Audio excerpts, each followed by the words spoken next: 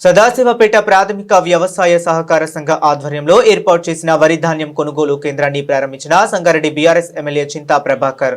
రైతులకు ఎలాంటి ఇబ్బందులు కలగకుండా అధికారులు అన్ని ఏర్పాట్లు చేసి చివరి గింజ వరకు కొనుగోలు చేయాలని ఎమ్మెల్యే సూచించారు. పత్తి రైతు చెమటతో పండించిన ధాన్యాన్ని సకాలంలో కొనుగోలు చేయడం ప్రభుత్వ బాధ్యత అని పేర్కొన్నారు.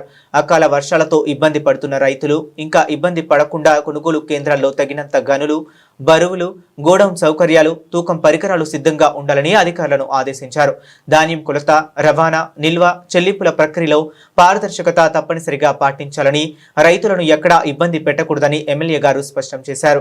ధాన్యం చెల్లింపులు ఆలస్యం కాకుండా బ్యాంకులతో సమన్వయం చేయాలని సూచించారు.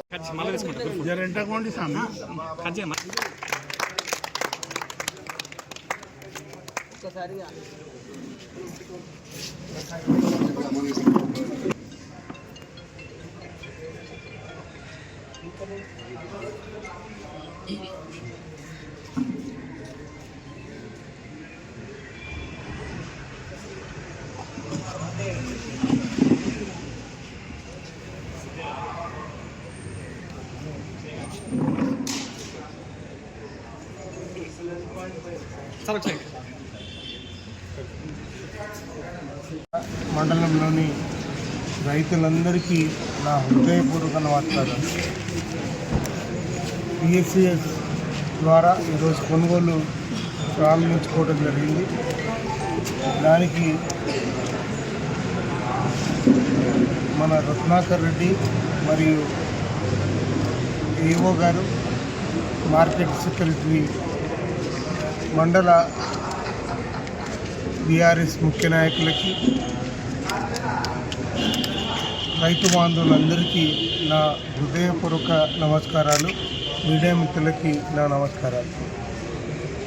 ఈరోజు ధాన్యం కొనుగోలు విషయంలో మరి ఎవరికి ఇబ్బంది కాకుండా ప్రతి చివరి గింజ వరకు ఈ మార్కెట్ యార్డ్లో పిఎస్సిఎస్ ద్వారా కొనుగోలు చేయాలని కోరుతూ, మరి ఇప్పటికే అకాల వర్షాలతో చాలా ఇబ్బందులు పడుతున్నటువంటి రైతులకి ఇంకా ఇబ్బందులు పడకుండా మరి సకాలంలో గన్ని బ్యాగులు కానీ, టార్పాలిన్స్ కానీ మరి ఈ కొనుగోలు విషయంలో సత్వరంగా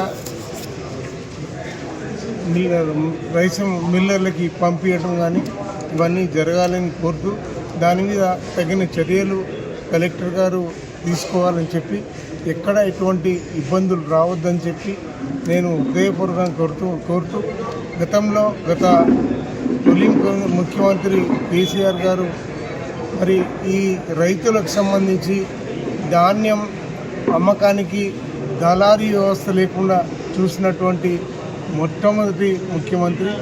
మరి దేశంలో ఎక్కడ లేని విధంగా ఈరోజు ఈ రాష్ట్రంలో మరి ధాన్యం పండించినటువంటి పరిస్థితి కూడా మనకు తెలుసు.